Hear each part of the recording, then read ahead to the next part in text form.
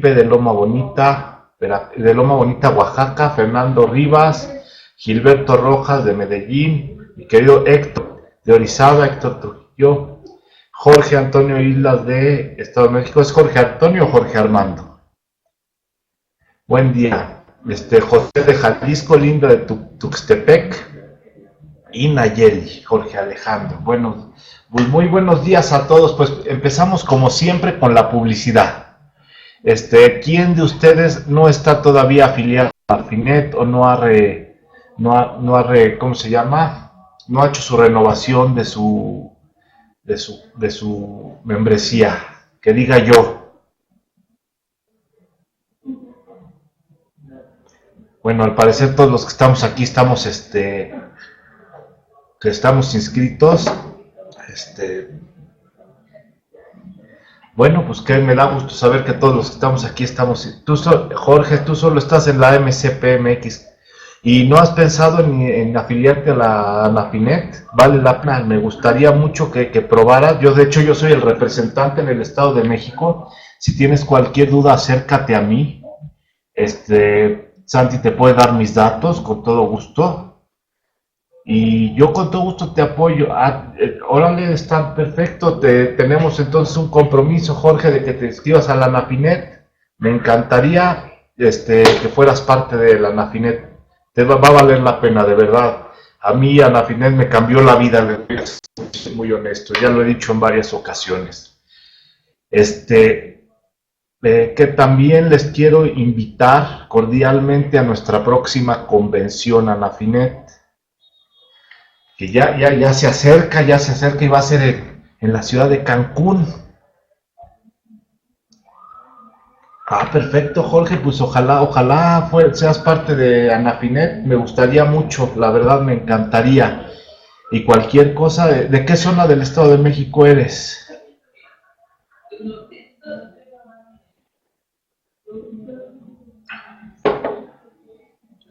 Pues bueno, no sé si trabajas en Tlalnepantla. Mira, estamos cerca. Yo soy de Huixquilucan, entonces estamos muy cerca. Tlalnepantla de Huixquilucan, como a 1 hora. Está cerca aquí.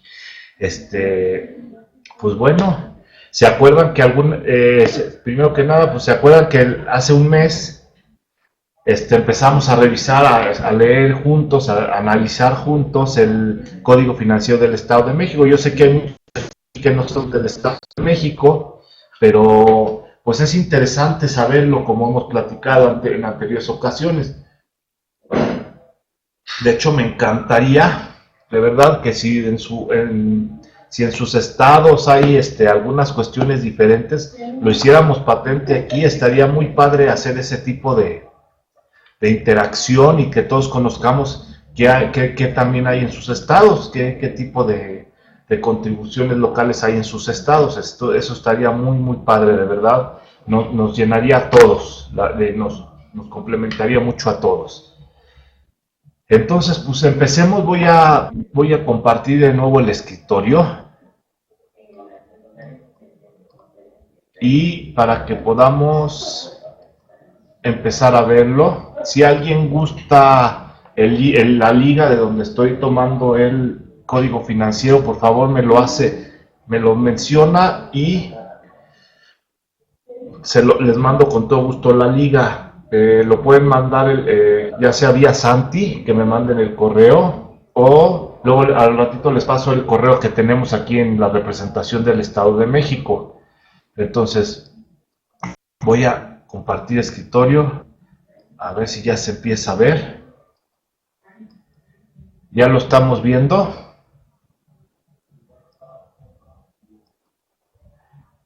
¿Ya se ve el escritorio o todavía no? ¿Sí? Okay, ya. Ahora sí ya se tiene que ver. Ya se ve. Ahora sí, perfecto. Perfecto. A ver qué dicen. Ya, perfecto, ahí voy. Ahí voy. Es aquí. Ok, si quieren, de verdad, con todo gusto se los comparto. Nos habíamos quedado en el artículo 20A, en el 20, ¿se acuerdan que habíamos platicado un poco que que cuando no presentáramos las declaraciones y hubieran 3 requerimientos de la misma, que no se presentaran 3 declaraciones periódicas, la autoridad la iba a determinar de acuerdo a las 3 declaraciones presentadas anteriores. El monto más alto iba a ser el que nos obligara a pagar. No sé si lo recuerdan, porque la vez pasada, si lo recuerdan, bueno, pues veo que me voy a seguir entonces, y ya después platicamos un poco de la cohesión Anafineta en Cancún, porque ya me desvié. Entonces sigamos. Nos vamos al 21, que nos habla de las declaraciones complementarias. Yo creo que esto del principio es algo muy interesante. Ya después, si quieren, nos saltamos directamente a los impuestos, a las contribuciones que hay. Perdón, provechito. Pero vamos a empezar con esto, el artículo 21, que nos dice que las declaraciones que presenten los contribuyentes podrán ser modificadas. Voy a quitar esto que estorba, ahí está. Podrán ser modificadas por el propio contribuyente hasta en 3 ocasiones, mediante declaraciones complementarias para corregir los datos asentados en la declaración original, siempre y cuando no haya iniciado el procedimiento de comprobación. Esto está muy parecido a lo que nosotros conocemos a nivel Código Fiscal, a nivel federal. Insisto, si alguien tiene algo de su ¿cómo se llama?, de su estado, estaría ideal que nos los compartiera. De verdad, me encantaría conocer de sus estados, a mí también. Entonces, siempre y cuando no se haya iniciado el procedimiento de comprobación. Obviamente, si hay una auditoría, pues ya no podemos presentar las declaraciones, y aquí abajo nos lo aclara. En caso de que se haya iniciado el procedimiento de comprobación, el contribuyente podrá presentar hasta en 3 ocasiones declaración complementaria adicional, cuando solo se incremente la base de determinación de contribuciones o se reduzca las cantidades aplicadas contra las contribuciones a su cargo, o cuando resulten diferencias a consecuencia del dictamen sobre la determinación, pago o entero de contribuciones formulado por contador público autorizado. O sea, podemos nosotros presentar nuestras complementarias hasta 3. Si va a incrementar, pues ya ven que ahí sí no hay problema. Y cuando haya una revisión, tenemos hasta 3, pero siempre y cuando lo incrementemos, ¿ok? Entonces, déjame quitar esto porque se ve terrible. Seguimos.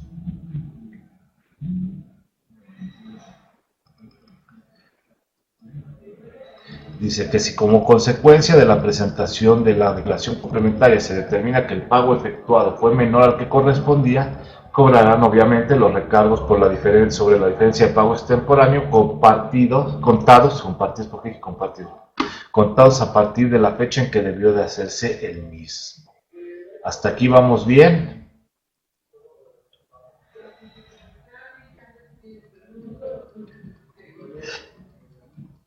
Dice que los sujetos que tengan obligación de presentar declaraciones periódicas de conformidad con las disposiciones de este código y no tengan impuestos a cargo, presentarán la declaración en ceros y solo estarán obligados a presentar nuevamente las declaraciones hasta que exista cantidad a pagar, se presente aviso de baja o suspensión, o bien se trate de un nuevo ejercicio fiscal, teniendo que presentar en su caso la primera declaración del periodo en ceros.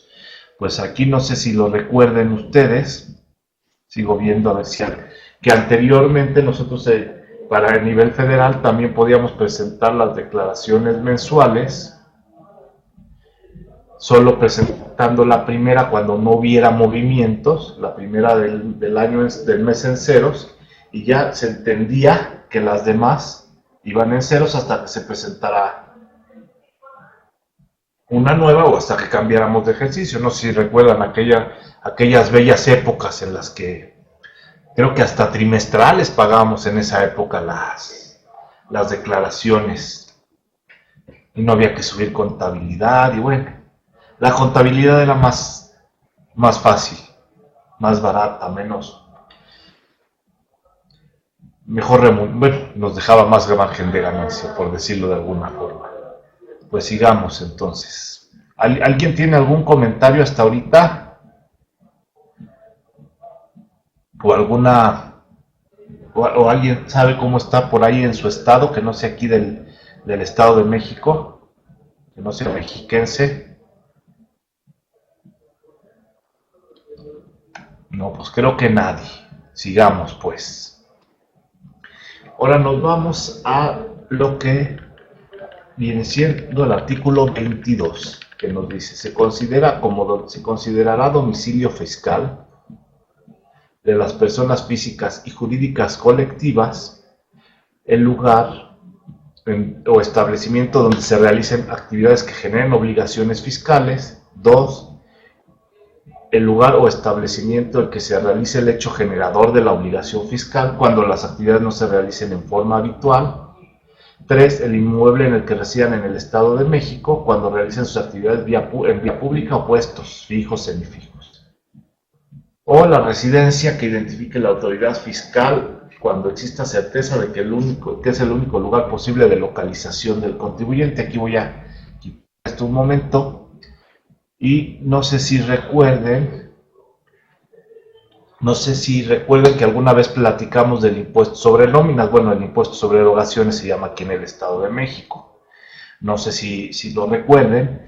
Hay un artículo, hay una orden que te dice que en caso de que tú, residente en el Estado de México, recibas algún trabajo de otra persona que no sea residente en el Estado de México, y te mande empleados aquí para hacerte el trabajo, nosotros tendremos la obligación de retenerle a nuestro proveedor, en este caso a nuestro proveedor de servicios, tenemos la obligación de retenerle el 3% sobre las nóminas de sus trabajadores que hayan trabajado en nuestra oficina, en nuestro negocio, y darle su constancia al final y darle su constancia y nosotros pagar esa retención. Y lo que yo comenté en su momento es que, bueno, ¿y cómo le vas a decir a tu prestador de servicios? Oye, pues tú me mandaste a arreglar, a poner la red la red de mi empresa. Oye, ¿cuánto le pagaste a tu, ¿cómo se llama? A tu instalador. Oye, pues, con todo respeto a ti, ¿qué te importa, verdad? Yo vine, yo le pago y yo te estoy cobrando X cantidad y a lo mejor digo, en eso los porcentajes de utilidad son muy altos. Entonces,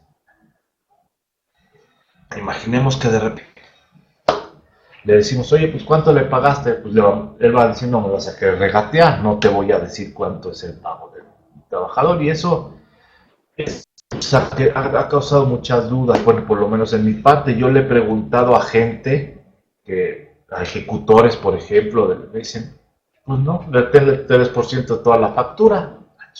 Tampoco es lo que nos dice ahí la ley, pero bueno, ya lo analizaremos cuando, si quieren, volvamos a ver el impuesto sobre nóminas, que lo vimos creo que hace un año y medio di esa plática y lo podemos volver a dar, no hay ningún problema. ¿Alguien tiene algún comentario? Porque ahora los veo muy, muy callados. Bueno, pues sigamos con... ¿Dónde era? Ok, sigamos.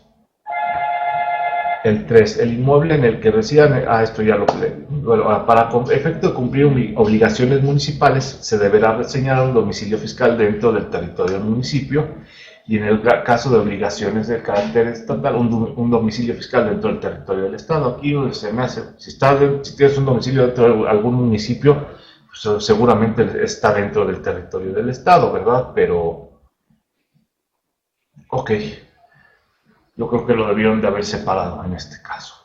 Se entenderá que se señala como domicilio para oír y recibir notificaciones los estados de las oficinas de la dependencia pública correspondiente cuando el contribuyente así lo pida, se señale un domicilio fuera del estado o del municipio la persona a quien deba notificarse desaparezca antes o después de iniciar las facultades de comprobación, o exista una oposición a la diligencia de notificación, el contribuyente desocupe el local donde tenía su domicilio fiscal sin presentar cambio de domicilio, o cuando no se señale un domicilio, este no exista o sea falso.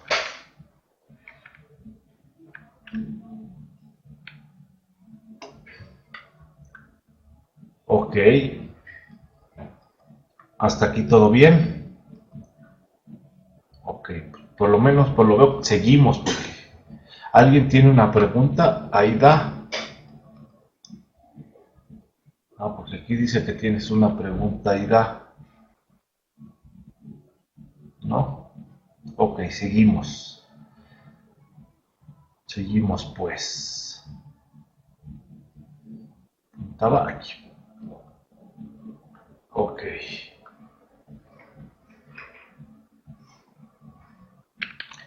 Seguimos con las notificaciones de los actos previstos en este código. Se van a realizar de forma personal, por edictos o por correo certificado.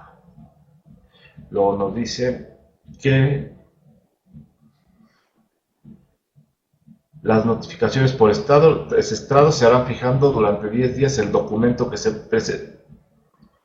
pretenda notificar en un sitio abierto al público de las oficinas de la autoridad que efectúe la notificación o publicando el documento en la página electrónica que a tal efecto establezca la autoridad.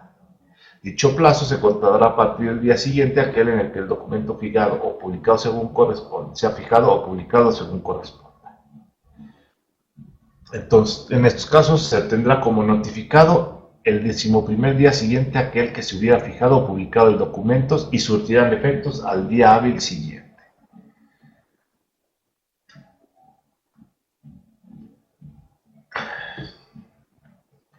Bueno, pues nos dice que más adelante nos dice que también lo va a hacer a través del portal oficial o a veces a través del correo electrónico, algunas notificaciones, citaciones, requerimientos. Y luego dice que el contribuyente podrá señalar que las notificaciones se realicen a través de medios electrónicos cuando indique su cuenta de correo electrónico. Y de todos modos deberá indicar el domicilio para oír y recibir notificaciones en el Estado de México. Entonces,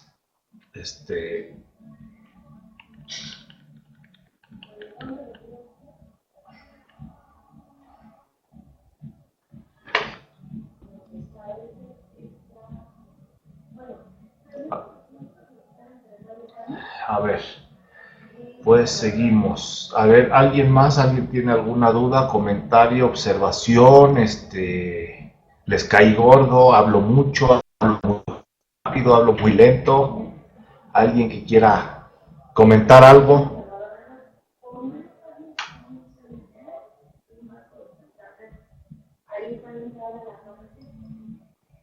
No, pues no que nadie. Sigamos pues. ¿O ya los dormí a lo mejor?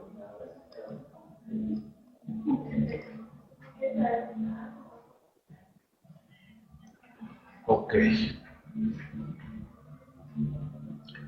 Bueno, nos vamos hasta... Todo esto es cómo nos van a notificar.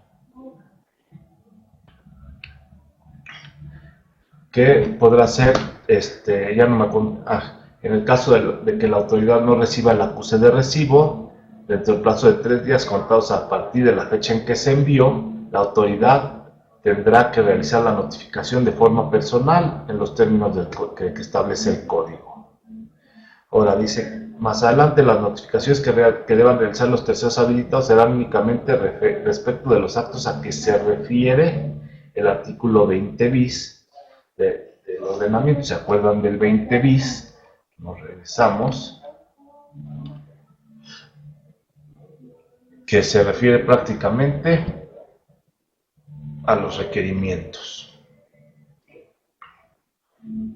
Cuando no presentamos una declaración periódica, es cuando nos pueden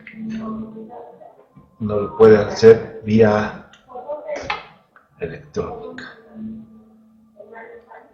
Vía terceros habilitados, perdón, que tendrá que mostrar una constancia que lo acredite como un tercero habilitado, en este caso son los notificadores, y deberá identificarse con su constancia el notificador. Si no te encuentras, podrá realizarla con la persona que se encuentre, siempre y cuando se cerciore que el domicilio corresponde al destinatario y la persona que atiende cuenta con la capacidad.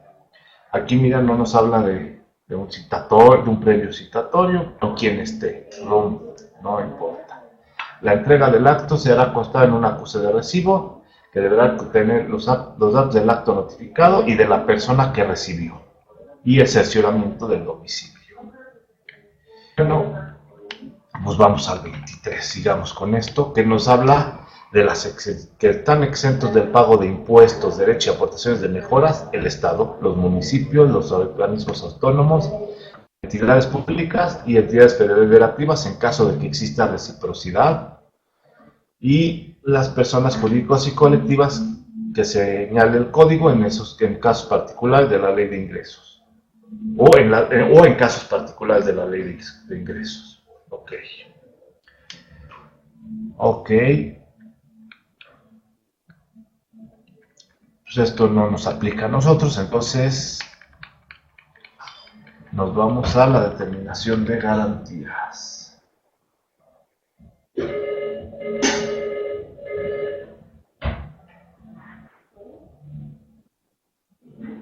A ver, ¿alguien tiene alguna cuestión por ahí? Ahora sí, ¿quién? ¿Yo pulsé algo? ¿Yo bloqueé algo? No, ¿verdad?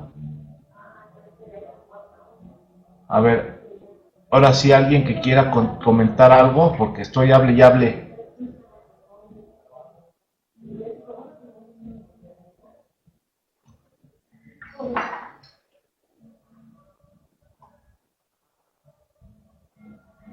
¿Es el mismo? Ah, es la liga. Gracias, Jorge. Sí, es la liga del que estamos utilizando.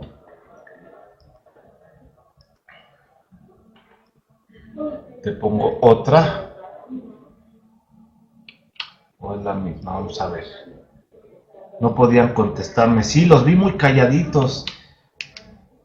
Sí, es exactamente la misma liga, Jorge. Pues como ven,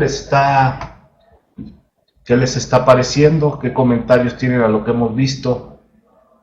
A la cuestión del domicilio, sobre todo la parte de lo del 2%, del 2%, del 3% del impuesto sobre erogaciones que les comenté de la escritora. Todo bien, perfecto, ahí me sigue apareciendo que tienes una pregunta. Perfecto. Pues seguimos. Es muy parecido a Veracruz. Quizá todos están cortados con la misma tijera, porque yo me acuerdo que cuando subieron el impuesto sobre nóminas en el Estado de México del 2 al 2.5%, al año siguiente lo replicaron en el DF. Y cuando lo subieron al 3%, me parece que no me acuerdo, el mismo año o al año siguiente en la Ciudad de México también lo subieron al 3% del impuesto sobre nóminas. Sí hay algunas diferencias todavía entre uno y otro, lo que yo he podido ver entre el Estado de México y la hoy Ciudad de México, pero sí me interesa mucho saber también cómo lo manejan en sus estados. Pues si quieren seguimos, pues. A ver, sigamos. Bueno, pues vamos con el capítulo segundo. Nacimiento, determinación, garantía y extinción de créditos fiscales. ¿Cuándo nace crédito fiscal? La obligación fiscal. Bueno, empezamos con el primer artículo de este capítulo, que sería que la obligación nace cuando se realizan las situaciones previstas en este código y se va a liquidar conforme a las disposiciones vigentes. Pero les serán aplicables las normas sobre el procedimiento que se expidan con posterioridad. Cualquier estipulación relativa al pago de un crédito fiscal que se oponga a lo dispuesto por las leyes no existe y por lo tanto no tendrá efecto legal alguno. Y el cumplimiento de la obligación fiscal no va a ser legal ningún hecho no apegado a la ley. Entonces, bueno, qué bueno que nos lo aclararon y sigamos. Dice que los contribuyentes estamos obligados a determinar los créditos fiscales. Nuestros pagos los tenemos que determinar nosotros. En caso de que la autoridad fiscal los deba realizar, nosotros tenemos que proporcionar la información dentro de los 15 días siguientes a partir de que surte efecto la notificación del requerimiento. Bueno, pues esto también está muy parecido a lo que conocemos a nivel federal, y a nivel del IMSS y a nivel del Infonavit y de varios otros impuestos que tenemos que pagar. Y nos dice, ¿cómo vamos a pagar? Bueno, los créditos fiscales, el artículo 26, se van a pagar en efectivo, cheque de caja o certificado. Cheques personales, transferencias de fondos a través de medios bancarios, de medios electrónicos y tarjetas de crédito o débito y en especie vía dación al pago. O sea, nos dejan pagar como queramos. Tú págame, no importa. Yo te recibo el dinero. Muy diferente que, digamos, en efectivo, es muy poco es lo que se puede pagar ya de contribuciones, por lo menos federales, en efectivo, casi nulo.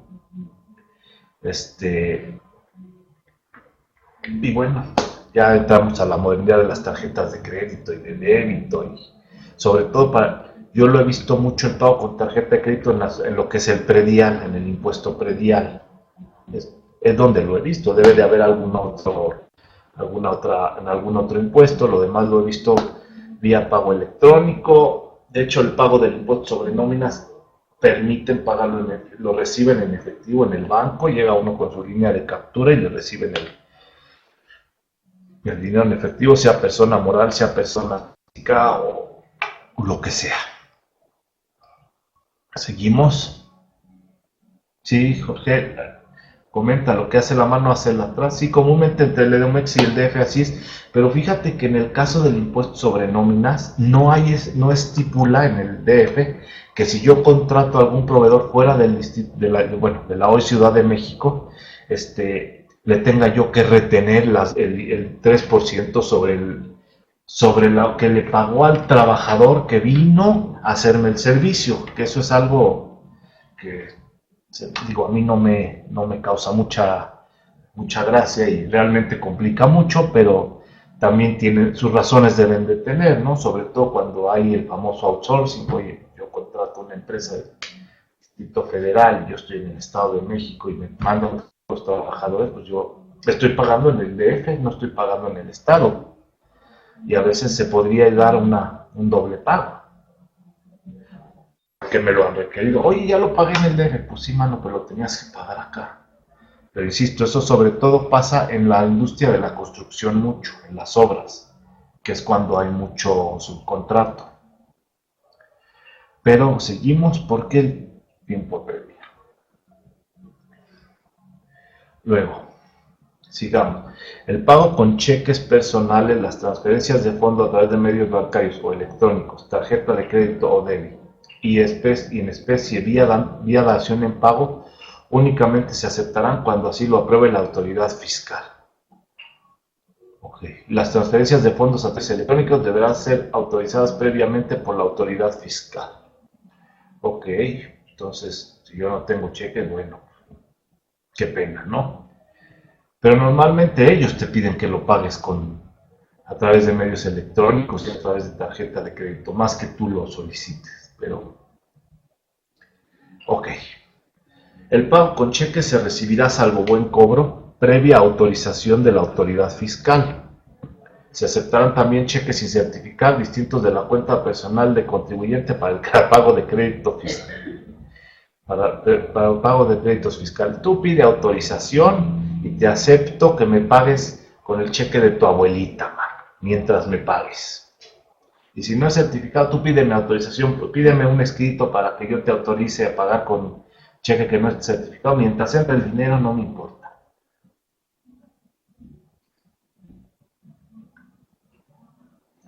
Y dice, bueno, sigamos. En caso de que el cheque no sea pagado, cuando la autoridad te vaya a cobrar el cheque, también te va a cobrar una indemnización del 20% del valor del cheque, además de la actualización y demás accesorios, ¿no? Porque obviamente damos un cheque sin fondos y es mucho más profundo que el 20%, ¿no?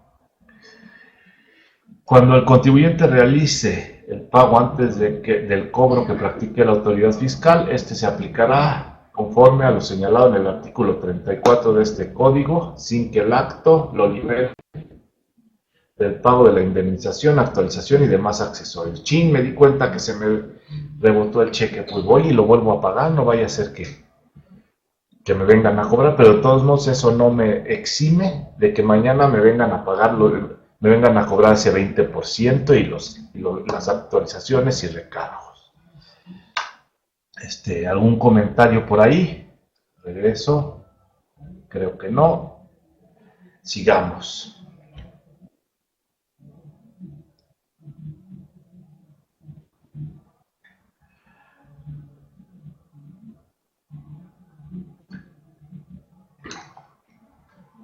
Ok.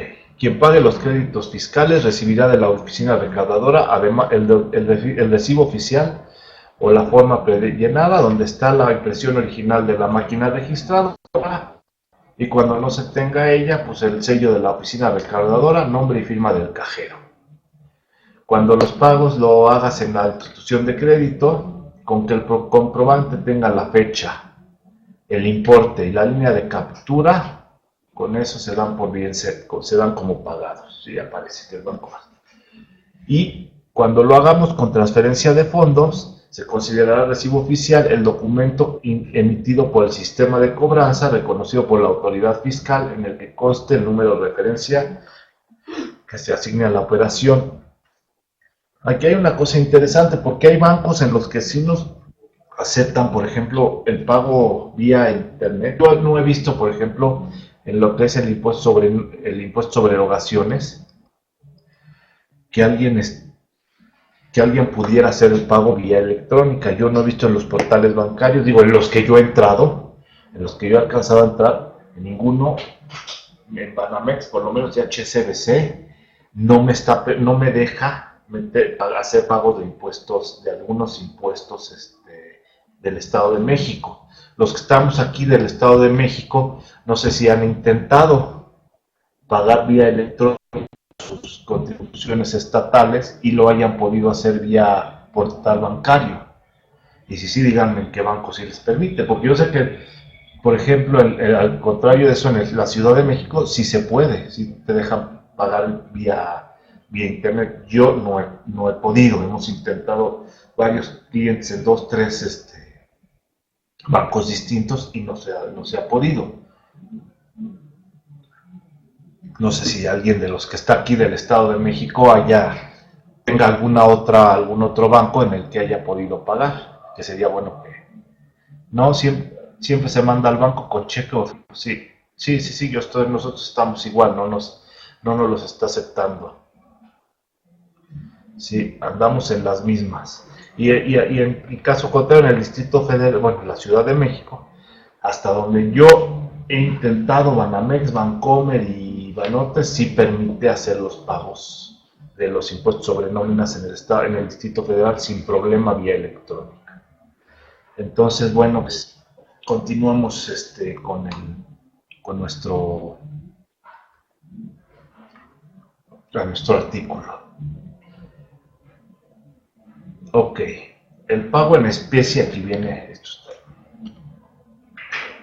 El pago en especie de un crédito fiscal vía dación en pago se podrá hacer de forma total o parcial y está condicionado a la aceptación por parte de la autoridad competente, quien en su caso lo va a admitir cuando no existan bienes de más fácil realización y el deudor manifieste bajo protesta de decir verdad esa circunstancia. Híjole, esta forma de pago podrá efectuarse a través de servicios, bienes, muebles e inmuebles y cuando se haga en forma parcial el remanente del crédito fiscal actualizado y sus accesorios deberá cubrirse en efectivo, en una sola exhibición o en pago a plazos en términos del artículo 32, que espero que nos dé tiempo de llegar hoy. La resolución que se emita al efecto no constituirá instancia ni procederá a medio de defensa en su contra.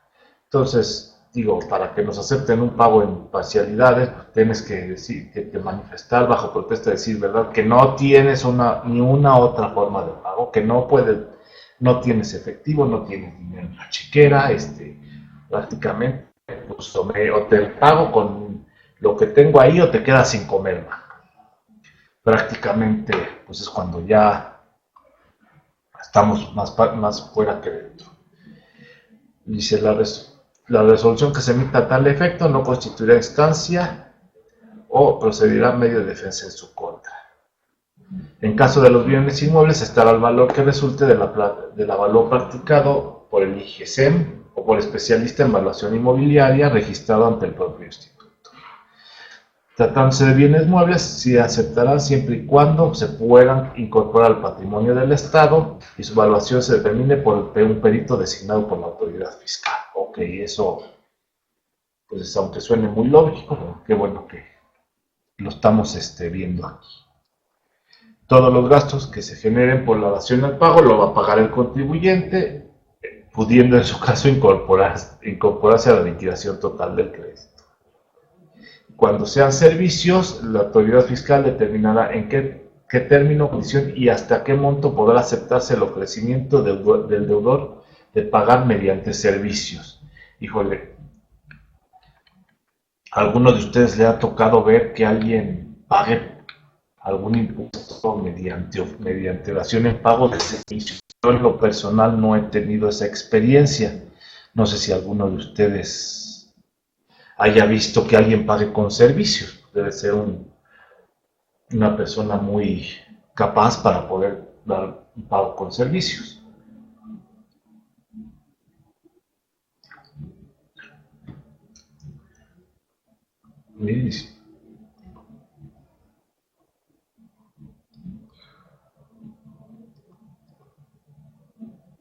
Bueno, seguimos pues.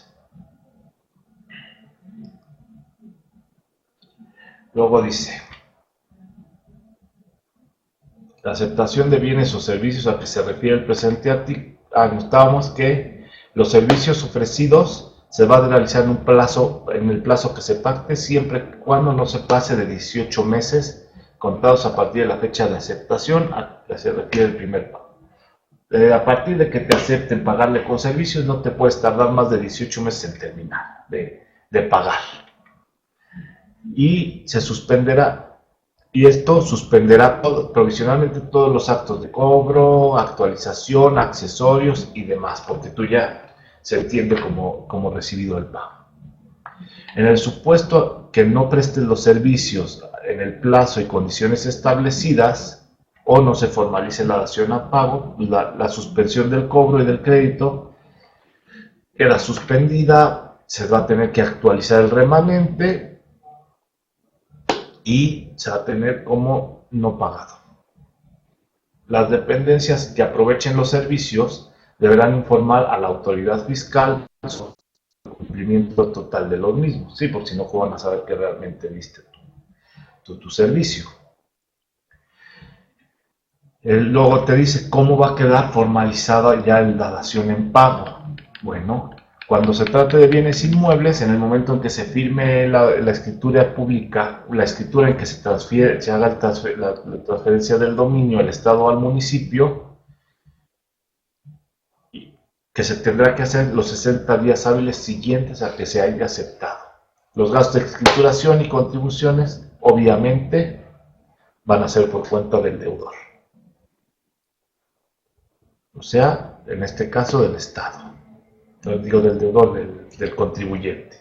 Tratándose de bienes muebles, en el momento en que se firme el acta de entrega, que tiene que ser los 5 días hábiles a que se haya aceptado la dación en pago. Y cuando sea servicios, en el momento en que fueron estos prestados, se extingue ya el crédito. Los bienes recibidos se quedarán en custodia de la Secretaría o el municipio, y las autoridades pondrán dichos bienes a disposición de la autoridad para que sean incorporados, para que se determine el destino de los mismos, ¿no? ¿Qué va a hacer con ellos? Bueno, pues ya no es problema nuestro. Luego, para determinar contribuciones, aprovechamientos y accesorios se considerarán inclusive las fracciones del peso. No obstante lo anterior, para que se efectúe el pago, el monto se ajustará para que las que contengan cantidades que incluyan de 1 hasta 50 centavos se ajusten a la unidad anterior y que sean de 51 a 99 centavos a la unidad posterior. Bueno, esto no es ninguna sorpresa.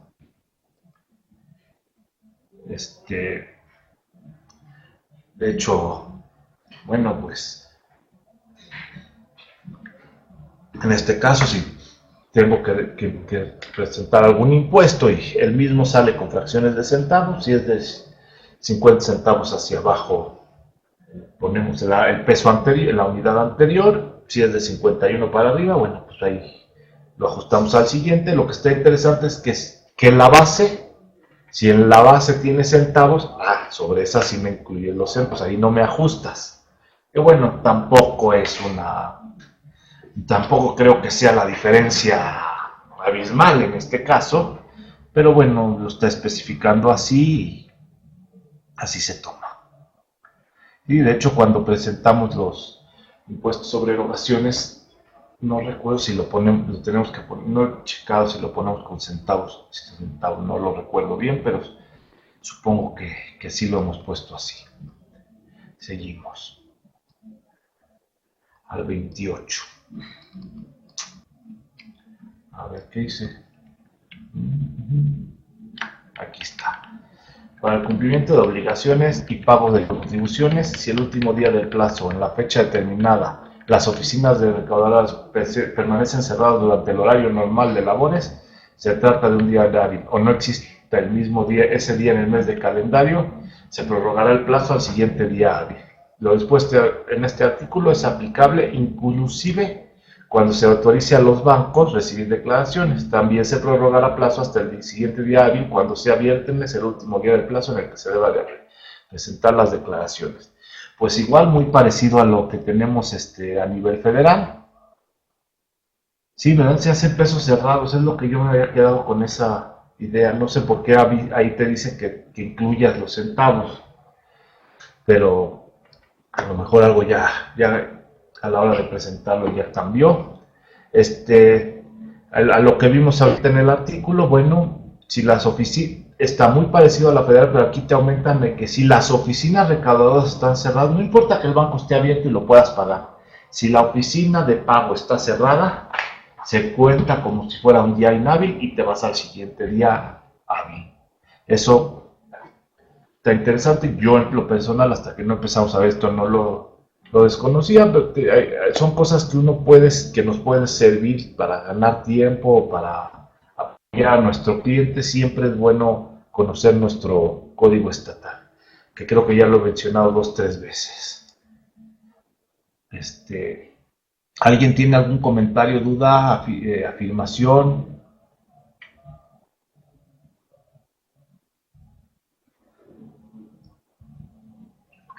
Ok, algo que nos quiera compartir.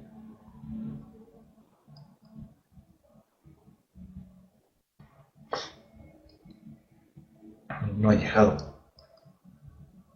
Seguimos. Con el 29. Los créditos fiscales se pagarán dentro del plazo señalados en las disposiciones respectivas. Cuando no haya disposición expresa, el pago deberá hacerse dentro de los 10 siguientes días a aquel en que se produzca el hecho que genere el mismo. O sea, prácticamente hasta el día 10. Los retenedores de contribuciones o las personas a quienes las leyes impongan la obligación de retenerlos lo enterarán a más tardar el día 10 del mes del calendario inmediato posterior al de terminación del periodo de la retención o causación.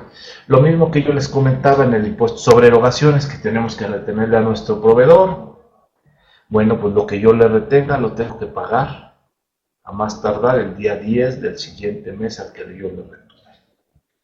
Es decir, vino, me prestó dinero, me instalaron la red, me quedó muy bonita, le pagué al proveedor, le retuve el 3% sobre las nóminas de sus empleados y tengo que pagarlo.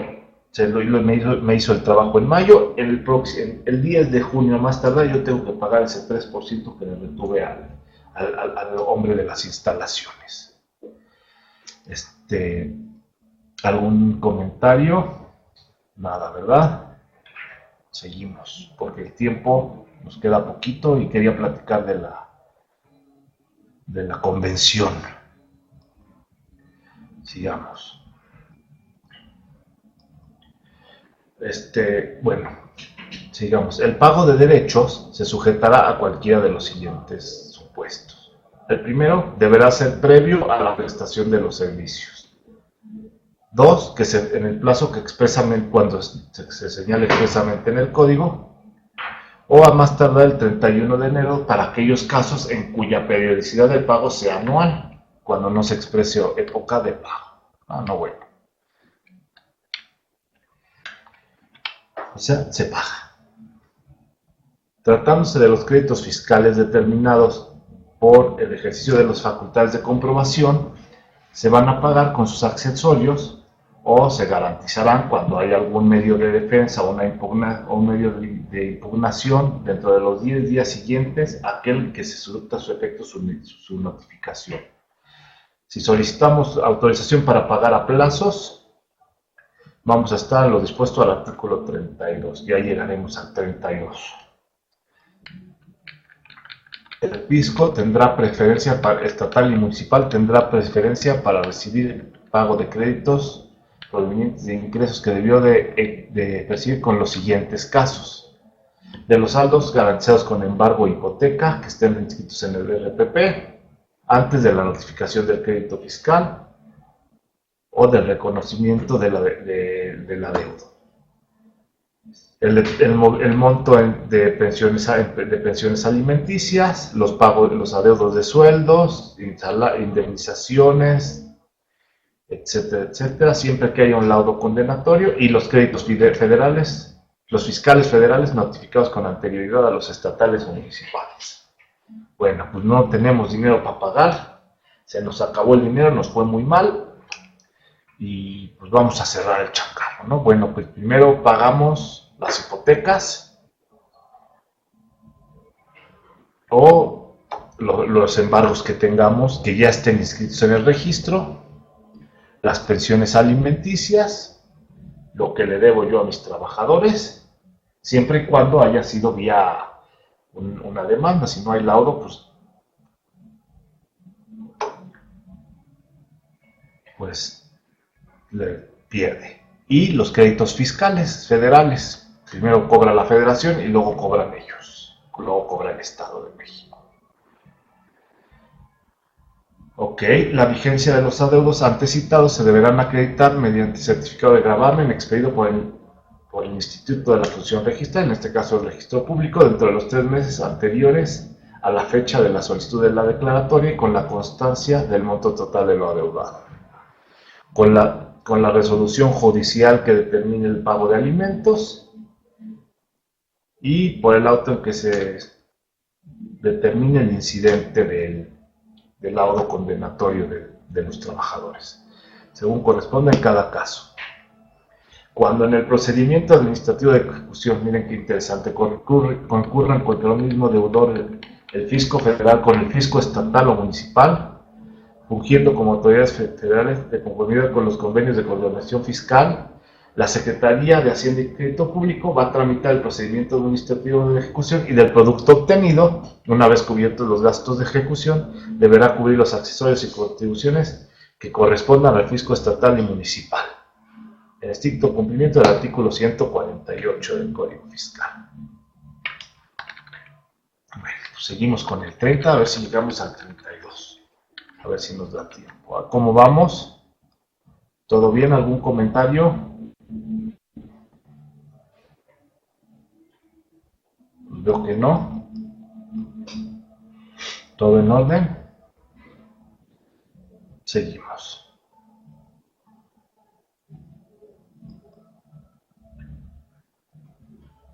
con el 30, que dice: la falta de pago de un crédito dentro del plazo fijado por el código lo hace exigible mediante el procedimiento administrativo de ejecución en ese momento, no mediando requerimiento. Dice, cuando no se cubran las contribuciones o los aprovechamientos en la fecha del plazo fijado, el monto se actualizará por el transcurso del tiempo con motivo del cambio de los precios, aplicando la tasa que resulte de sumar el porcentaje mensual de actualización que fije la correspondiente ley de ingresos por cada mes o fracción que transcurra desde el día siguiente al vencimiento del plazo para pagar la contribución aprovechamiento hasta que el mismo efectúe. Además, vamos a pagar recargos con el concepto de indemnización al fisco por la falta del pago oportuno, que esos recargos se calcularán aplicando la contribución actualizada, la tasa que resulte de sumar la tasa mensual que fije la ley de ingresos para cada uno de los meses en cada uno de los años que transcurran en el periodo referido del presente artículo.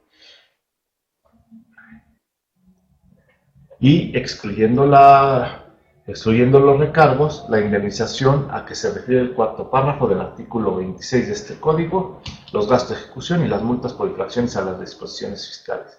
Si mal no recuerdo, la indemnización a la que se refiere es cuando pagamos ese 20% porque el cheque no pasó o porque no se pudo cobrar ese cheque. Si mal no lo recuerdo. Y la causalización de actualización de los recargos se inicia a partir del día siguiente del vencimiento del plazo para realizar el pago de contribución o aprovechamiento que se trate. Terminamos este artículo y nos despedimos. Los recargos se causarán hasta por 5 años, por cada mes o fracción de mes a partir del día siguiente a la fecha del vencimiento del pago, y hasta que el mismo se efectúe, salvo a casos que se refiere al artículo 53, supuestos en los cuales los recargos se causarán hasta que no se extingan las facultades de la autoridad para determinar las contribuciones o aprovechamientos omitidos y sus accesorios se calcularán sobre el total del crédito fiscal.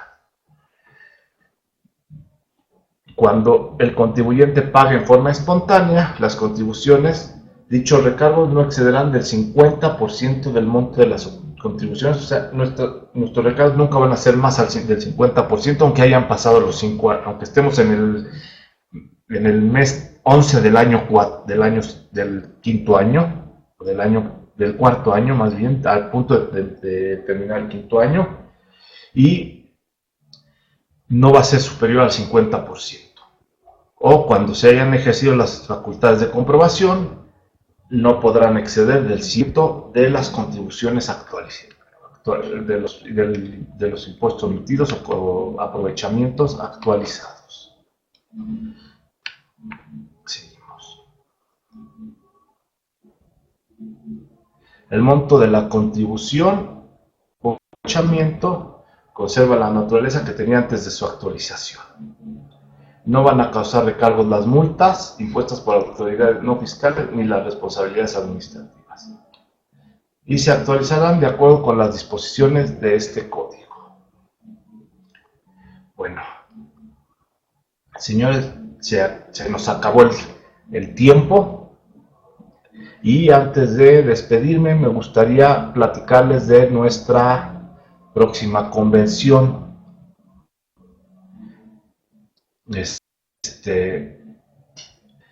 No sé si les comenté, vamos a tener nuestra convención Anafinet el día, si mal no estoy equivocado, 6, 7 y 8 de octubre. Ahorita les digo exactamente. Es 4, sí, de noviembre no. 6, 7 y 8 de octubre es la convención anual Anafinet en la ciudad de Cancún, Quintana Roo. Por si alguien está interesado en asistir, se puede inscribir siempre y cuando sea socio Anafinet y esté al corriente, sea socio activo Anafinet y pague su inscripción. Me gustaría mucho saludarlos personalmente en la convención, yo ahí voy a estar, así como muchos de los que ven aquí cada día en el aula, cada semana. Si alguien está interesado, póngase en contacto con Santi y nos veríamos ahí. Un ambiente de mucha camaradería, todos nos hacemos amigos de todos. La verdad, es una cosa muy, muy, muy bonita. Es un evento muy bonito la convención Anafinet. Las pláticas que ahí se dan por gente experta realmente. La verdad me encantaría verlos ahí. Por mi parte, si no tiene alguien algún comentario, observación, bueno, pues yo me retiro. Si tienen alguna cuestión que quieran, les voy a dejar algún tema que les gustaría que tocáramos en próximas sesiones. Les voy a dar un correo electrónico que es anafineteromex@gmail.com. Déjenme confirmarlo nada más. Pero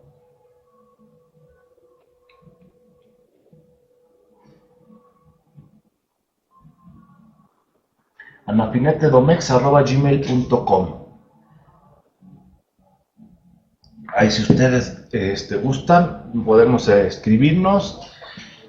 Podemos invitar de nuevo a la gente del Infonavit del Estado de México, a la gente de Prodecon del Estado de México. Si alguien tiene alguna cuestión que nos pueda decir de sus estados, que sea diferente a lo que hemos visto, parecido que lo que hemos visto, ahí lo podemos comentar con todo gusto. Y me pongo a sus órdenes. Si alguien se quiere inscribir a la Anafinet, de los que no están inscritos, ahora sí que los invito a inscribirse, no se van a arrepentir. Y pues saludos a todos y los dejo. Me parece que el que sigue es el contador Octavio Ávila, maestro Octavio Ávila de Guadalajara, nuestro vicepresidente, y los dejo con él. Saludos.